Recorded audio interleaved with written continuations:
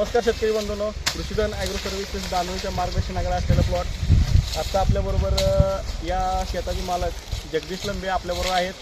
तर जगदीश लंबे, आपण हे सर्व प्लॉटचं नियोजन कशा पद्धतीने केलं आणि काय काय केलं हे आपण जरा 2 मिनिट शेतकऱ्यांनी सांगायचं आहे.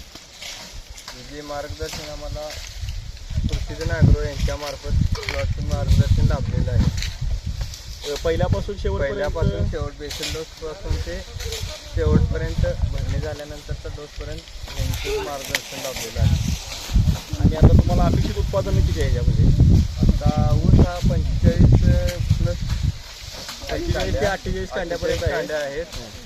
100 तर पडणार ऊस एकरी 100 टनाचा आम्ही प्लॉट टार्गेट ठेवून केलेला आहे. आणि त्या दिशेने आपण आता बघू शकता 45 ते 48 कांड्या ऊस आहे.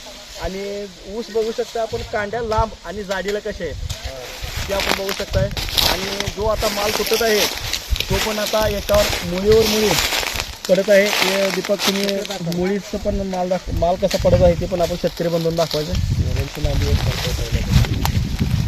आणि जी लांबे उसाच्या कांद्याची जी लांबी आहे ती एकसारखी आहे.